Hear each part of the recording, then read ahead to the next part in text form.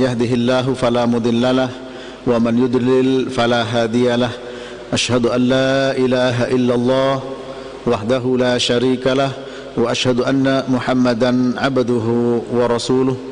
Ya ayyuhalladzina amanu taqullaha haqqa tuqatih wa la tamutunna illa wa antum muslimun. Amma ba'du.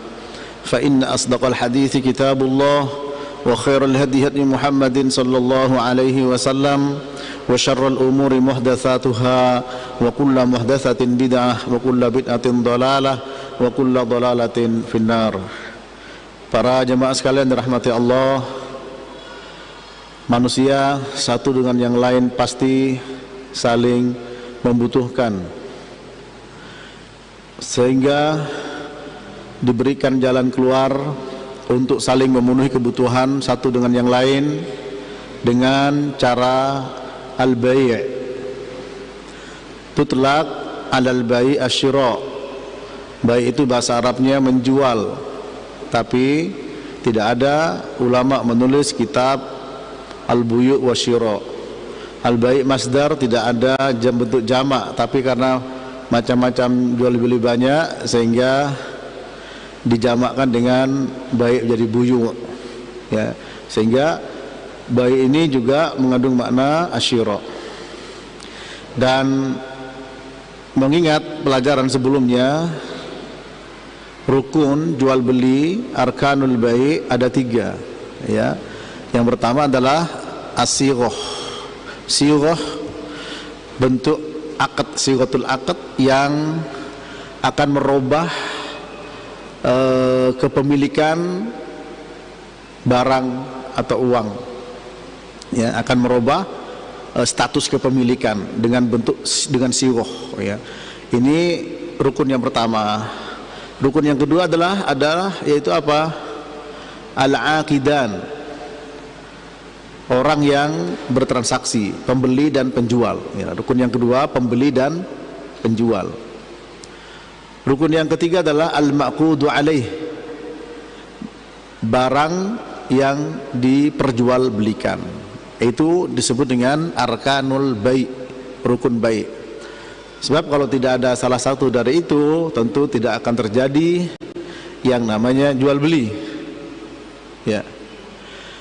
Kemudian dijelaskan oleh para ulama, di antaranya oleh Shalih Fauzan Al-Fauzan di dalam kitabnya Al-Mulakhas Al-Fiqhi, sighah, ya, itu ada 2. Pertama sighah qauliyah, yang kedua sighah fi'liyah. Sighah qauliyah dan sighah fi'liyah. Ini rukun yang pertama penjelasannya. Sighah qauliyah adalah bentuk ucapan al-ijab wal qabul, ya, al-ijab wal qabul. Karena sebagian ulama juga mengharuskan dengan ijab qabul. Apa ijab itu? Yaitu perkataan bi'tu, saya jual. Qabul menerima, ya, istaraitu, saya beli. Ini ada yang mengharuskan seperti itu, namun memang tidak ada dalil, ya, tidak ada dalil. Yang pasti dengan sighah ini menunjukkan keduanya saling ridho dan saling rela sebagai bentuk amal dari firman Allah dalam surah An-Nisa ayat 29.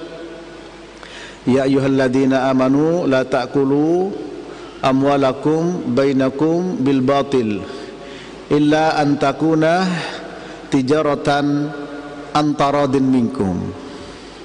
Wahai orang-orang beriman, janganlah kalian makan harta di antara kalian. Nah, berarti di sini ada harta, ada antara kalian. Berarti harta di sini adalah mewakili barang yang diperdagangkan, yang diperjualbelikan. Antara kalian mewakilkan apa? Al-bai' wal mushtari, yang menjual dan yang membeli, pembeli dan penjual, ya. Illa antakuna tijaratan. Nah, tijarah di sini adalah suatu aktivitas, kegiatan, peristiwa yang bisa merubah status kepemilikan, ya. Illa an takuna tijaratan antaradin minkum. Di sini letaknya dengan cara ridho di antara kalian, antaradin minkum. Nah, mana yang bisa membuat ridho di antara penjual dan pembeli, ya, bentuk sigonya seperti apa? Memang ada qauliyah, ada fi'liyah kalau dibagi secara garis besar, ya. Nah, di sini memang tidak ada ketentuan. Yang penting saling ridho, dan ridhonya di sini tentu sesuai dengan apa yang diajarkan Nabi dari jual beli. Di sini ketika saya jual, saya beli, sudah selesai, menunjukkan keridhaan dari ucapan. Ya, namanya sighah qauliyah. Ada juga sighah fi'liyah, bentuknya perbuatan. Ya. Apa seperti apa? Seperti bai'ul mu'atoh, jual beli yang mu'atoh, dari kata al-ato, dia memberi barangnya, antum membeli, saya beli ya, dikasih langsung barangnya tanpa ngomong, tanpa bicara. Itu bentuk yang pertama. Atau yang kedua, ini saya jual ya, antum membeli, nerima, tidak bilang saya beli, ya. Atau dua-duanya ngasih tanpa bicara. Ini terjadi tidak semuanya? Terjadi. Terutama di zaman sekarang tentu lebih banyak yang namanya bai'ul mu'atoh. Seperti ketika kita mau membeli barang di warung waralaba, namanya istilahnya, ya, yang dimana itemnya banyak, ya. Sungguh amat berat kalau kita pakai ijab qabul dengan saya jual, saya beli. Kalau barangnya satu, barangkali dia masalah. Tapi kalau itemnya 100, saya jual, saya beli, saya jual, saya beli, nunggu sampai antri panjang. Tapi sekarang pakai scan, krek, bayar, ya, diperiksa, bayar. Nah, ini namanya apa? Bai'ul mu'atoh, ya. Nah, itu sighah fi'liyah, sighah fi'liyah, ya. Sighah yaitu bentuk akad dengan perbuatan, sighah fi'liyah. Kalau tadi dengan ucapan, saya jual, saya beli. Nah, ini. Nah, sekarang bentuk-bentuk atau sighah tersebut di antara perbuatan juga banyak, ya. Mungkin dengan cara apalah, ya. Yang penting tidak ada pelanggaran di situ. Yang penting, ya, tidak ada gharar, tidak ada doror, tidak ada riba, tidak ada maisir. Ini 4 perkara, di mana satu hal sudah kita jelaskan, yaitu bai'ul gharar.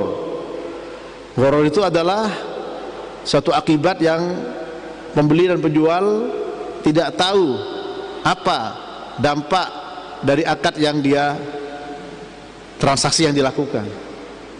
Dia tidak tahu apakah rugi atau untung, bai'ul gharar. Seperti kemarin ada bai'ul munabadah, ya, ada bai'ul hasah, ya, dan lain sebagainya.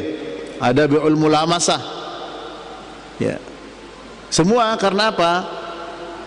Ilahnya la yundor ilaih, tidak dilihat barang itu. La yuqallib, tidak dibalik-balik kain yang dijual, sehingga dia tidak tahu apakah menguntungkan atau merugikan, baik bagi pembeli maupun penjual. Maka itu dilarang, ya. Nah, ketika kita lepas dari doror, lepas dari gharar, lepas dari riba, lepas dari maisir, lepas dari perkara-perkara yang diharamkan dalam jual beli, bentuk ridhonya, ya, adalah dengan sighah fi'liyah atau sighah qauliyah, atau mungkin sighah yang lain bisa, ya. Tapi memang tidak lepas dari dua ini, entah ucapan atau perbuatan, kan begitu, ya. Entah ucapan saya jual saya beli, atau perbuatan. Di antara perbuatan yang disebut dengan bai'ul mu'atoh, ada yang menjual mengatakan saya jual, pembeli tidak mengatakan saya beli, saya terima, kasih duit. diterima, ditukar dengan barang yang lain. Itu sudah menunjukkan keridhaan dia, mereka berdua. Nah ini ya. Nah kemudian mungkin tanpa ngomong, seperti yang di warung waralaba misalkan ya, langsung di scan sekian item, lihat stroke, kasih duit ya. Apakah yang scan setiap satu scan saya jual, saya beli? Tidak ada. Krek semua, krik langsung terkumpul dibayar ya, tidak masing-masing. Nah, itu. Dan memang ada sebagian pendapat ya harus dengan ijab dan qabul, saya jual, saya beli. Tapi memang tidak ada dalil, tidak ada dalil khusus, spesifik, khos ya. Jadi kembali kepada keumuman, seperti apa bentuk ridho itu ya. Selama tidak melanggar tadi di antara 4 perkara, bebas dari doror, bebas dari gharar, bebas dari maisir, bebas dari riba, bebas dari al-buyu al-muharramah, bentuk lainnya seperti menjual beli barang najis atau barang yang memang diharamkan. Nah itu bentuk apa ridhonya? Tapi memang tidak lepas dari 2, ucapan atau perbuatan. Pada zaman sekarang ini ya lebih banyak dengan perbuatan, seperti mendatangi lembaga tertentu yang memang memiliki wewenang untuk membuat akad jual beli AJB. Sehingga dengan adanya surat itu menunjukkan bahwa status kepemilikan sudah berubah ya, status kepemilikan harta sudah berubah itu. Ini rukun yang pertama ya. Rukun yang kedua adalah al-aqidan, penjual dan pembeli.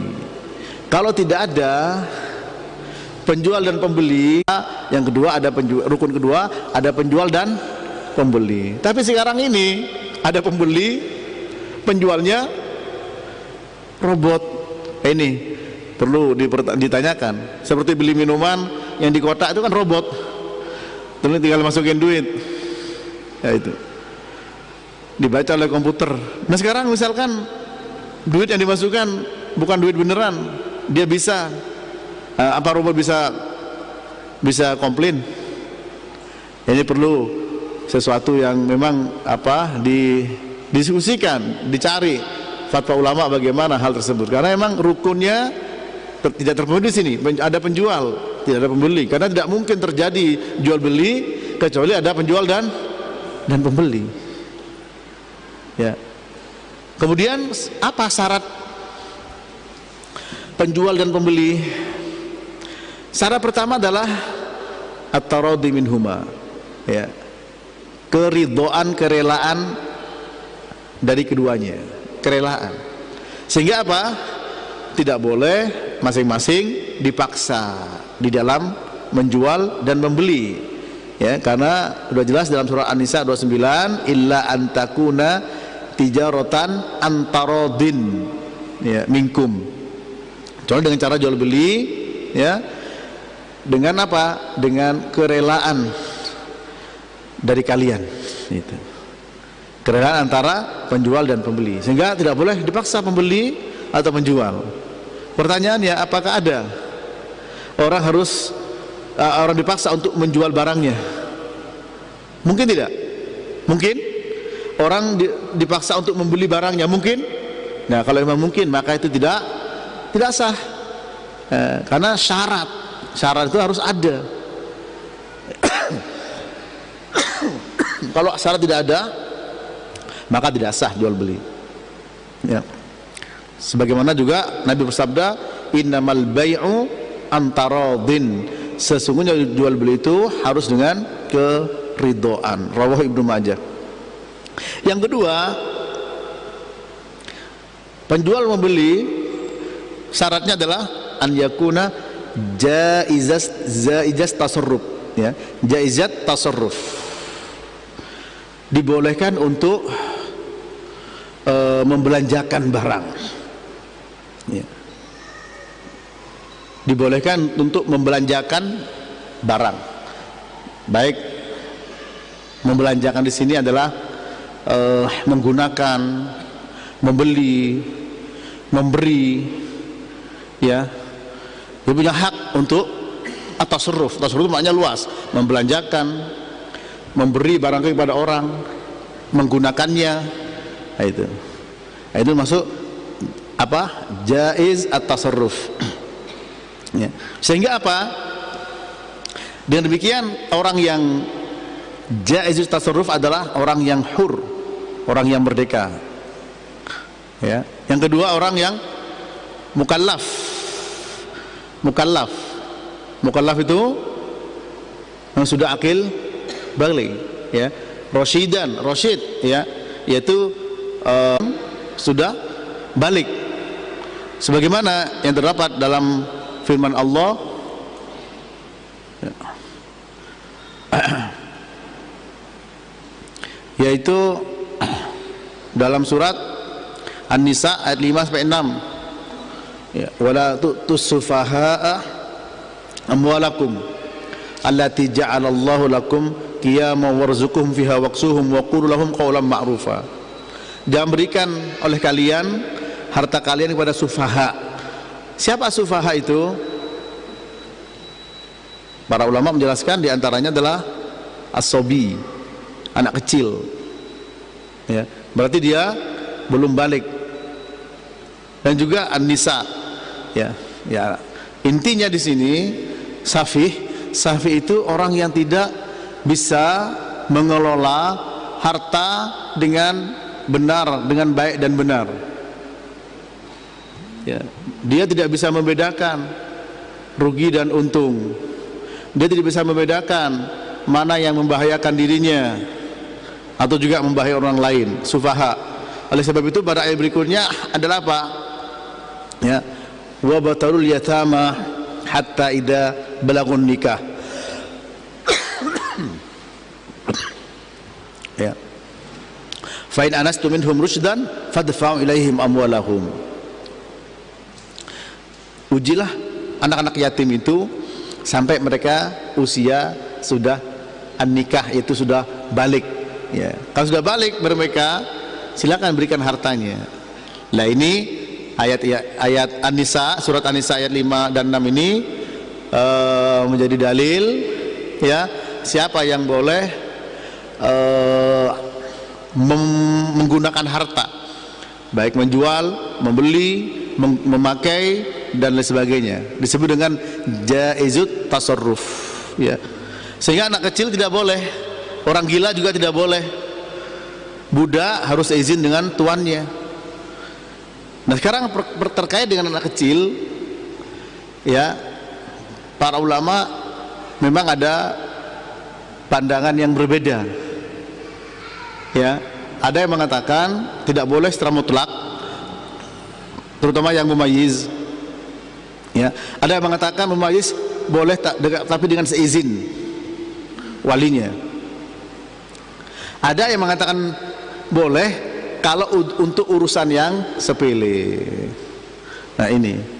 Nah, jadi kalau urusan besar-besar, jual mobil, nggak bisa. Tapi kalau anak beli permen, sayun yasir. Sebab apa? Kalau harus orang tuanya beli, kasih uang 1.000, orang tuanya datang ke warung, anaknya 5, 7, misalkan, semua belum mumayyiz, kan susah. Orang tuanya harus beliin sendiri, kasih 2.000. Ini ada ulama yang bolehkan, dan saya lebih condong kepada pendapat itu. Kenapa?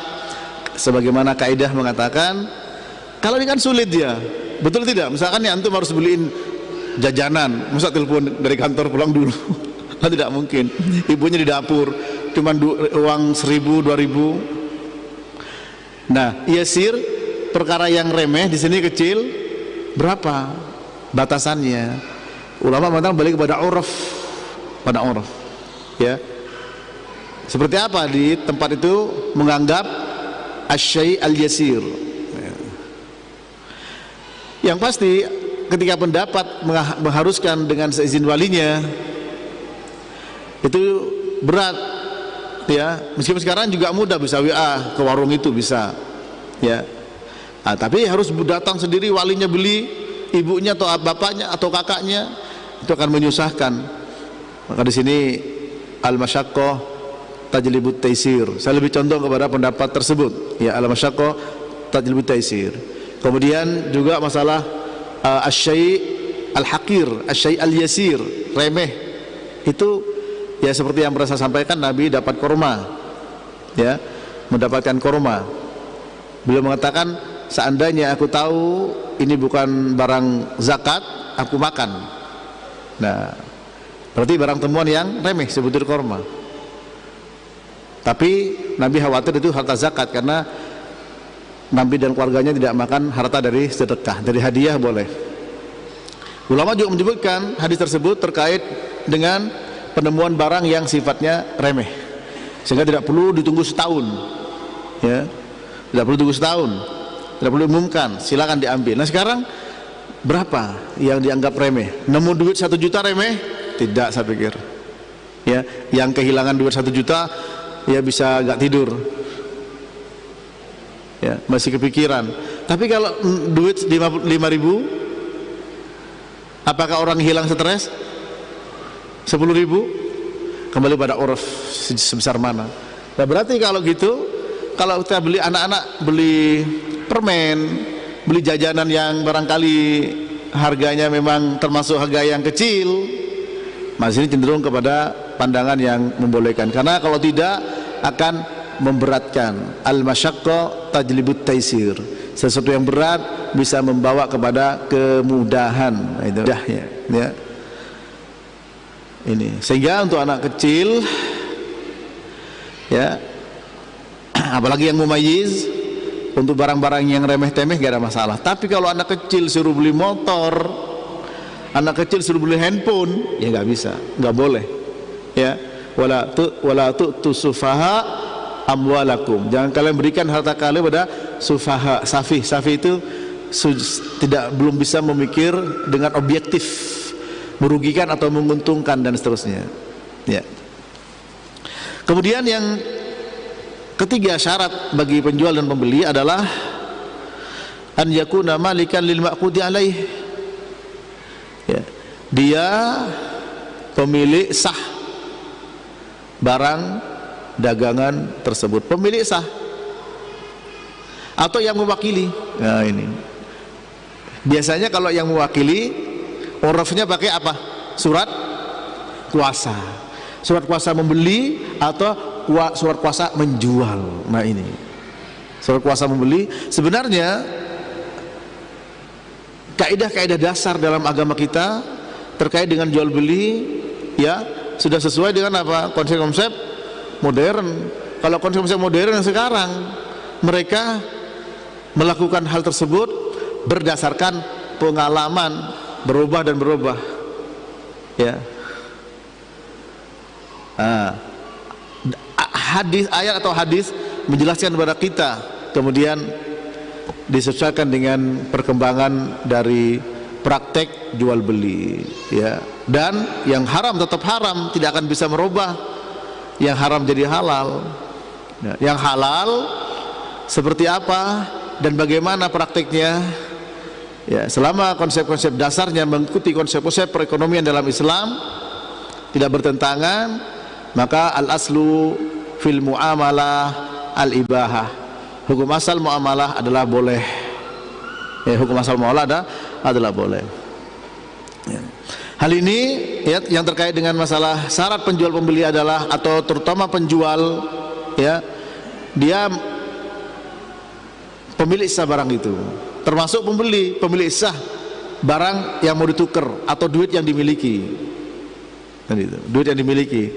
Namun kita tidak tahu apakah dia sah atau pencuri, tidak tahu. Yang penting di tangannya dia, kita tidak tahu, nggak perlu nanya kamu duit dapat dari mana, nyuri, ya, susah, bisa dipukul orang. Artinya dia duit di tangannya, itu barang dia di tangannya.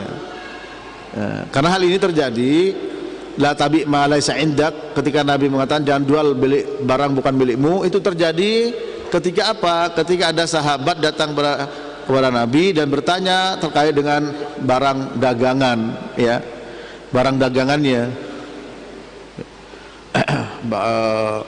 Apakah ketika ada orang datang ke dia mau beli barang dagangan dan dia sebagai tajir, sebagai penjual, ternyata dia tidak punya barangnya, dia tanya sama Nabi, bolehkah saya pergi ke pasar, saya belikan? Nah, itu. Maka Nabi melarang, la tabi ma laisa indak, ya, la tabi ma laisa indak. Jangan kau menjual barang bukan milikmu. Ini akan akan terjadi diskusi nanti tentunya, ya. Dari Hakim bin Hizam radhiyallahu anhu, dia berkata, ya Rasulullah, ya'tinir rajulu fayuridu minnil bai'a laisa indi afa abta'uhu lahu minas suq faqala la tabi' ma laisa indak. Rawahu Abu Daud dari Hakim bin Hizam radhiyallahu anhu. Hakim bin Hizam berkata, ya Rasulullah, ada orang yang datang kepadaku, dia ingin membeli dariku barang dagangan yang aku tidak punya. Bolehkah aku membelikan dia untuk dia di pasar? Ya. Apa kata Nabi? Jangan kamu, la tabi ma laisa indak, kamu jangan jual milik barang bukan milikmu. Nah, jadi misalkan ada seorang datang pada antum, saya mau beli beras, antum nggak ada, lalu antum datang ke pasar beli, kasihkan, itu tidak boleh. Ya, di saat akad seperti itu. Nah, hal ini pernah ditanyakan kepada seorang ulama, ya, kepada Syekh Sulaiman Ar-Ruhaili. Seperti mobil, kalau orang ingin beli mobil, mobilnya punya showroom, maka boleh dilakukan dengan apa? Beli mobil, dibelikan mobil, lalu akad. Kalau dia setuju, silakan. Kalau tidak setuju, ya tidak ada masalah. Kenapa? Al-bay'an fil khiyar malam yatafarraqu, orang jual beli bebas. Barangkali dia ketika sudah saya mau barang ini, terus dia beli dengan duitnya, kemudian baru dia akadnya belum terjadi akad sebelum jadi miliknya dia. Sementara kalau yang tadi Hakim bin Hizam ada sudah akad, saya mau beli berasnya ya 10 kilo 100.000. Oh iya, barangnya nggak ada, baru dibeli. Nah, ini tidak boleh. Ya, kalau kita mau beli barang beras ya, belum akad, dibelikan, kemudian baru akad, boleh. Yang kedua, bebas. Setelah barangnya ada, nggak jadi beli. Oh maaf, uang ini mau saya pakai untuk ini, penting, boleh. Ini pernah dijelaskan oleh Syekh Sulaiman Ar-Ruhaili, ya, dalam daurah, ya, bersama dengan beliau, ya. Nah, maka di sini kembali lagi syarat penjual pembeli adalah dia memiliki barang itu. Kalau tidak memiliki, tidak boleh, ya, menjualnya, termasuk bukan barangnya dijual, seperti simsar, ya, makelar, ya. Makelar dapat nabok kanan, nabok kiri, dari penjual dapat, dari pembeli dapat, padahal penjual tidak mengizinkan, ya, tidak boleh. Tapi kalau mengizinkan,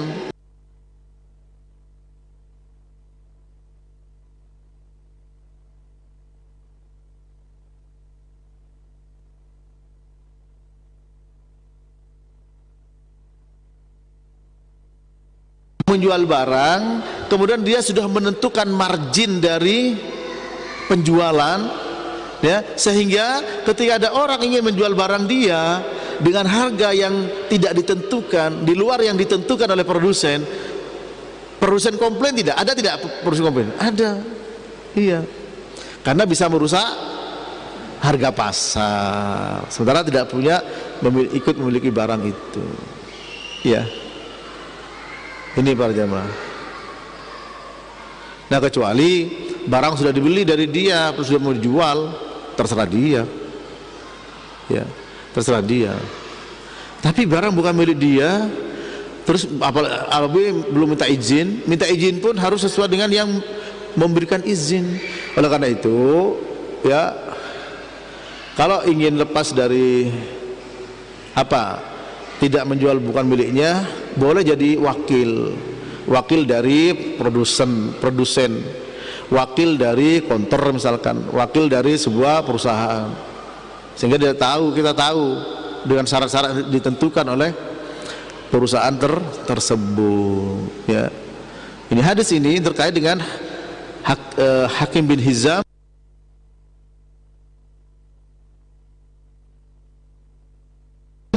Ada orang datang kepada dia ingin membeli barang dan dia ada. Terus tanya Nabi, saya belikan di pasar ya Rasul. Jangan, la tabi ma laysa indak. Jangan kamu jual barang bukan milikmu. Dijelaskan oleh ulama apa? Ini menjual barang yang dia tidak miliki, milik orang tapi sudah akad sama pembeli. Ya, kalau belum akad, dia cariin barang, dia beliin barang. Setelah barang ada baru akad. Dan akad itu bisa jalan, bisa tidak harus, tidak maksa. Ini baru boleh, ya, baru boleh. Maka di sini, insya Allah kalau kita ngikuti aturan-aturan itu, maka insya Allah barokah. Jangan sampai tidak mengindahkan hal-hal semacam tersebut. Baik, karena sudah masuk waktu Isya, kita rehat dulu. Wassallallahu ala nabiyina Muhammad wa ala alihi wa sahbihi wasallam.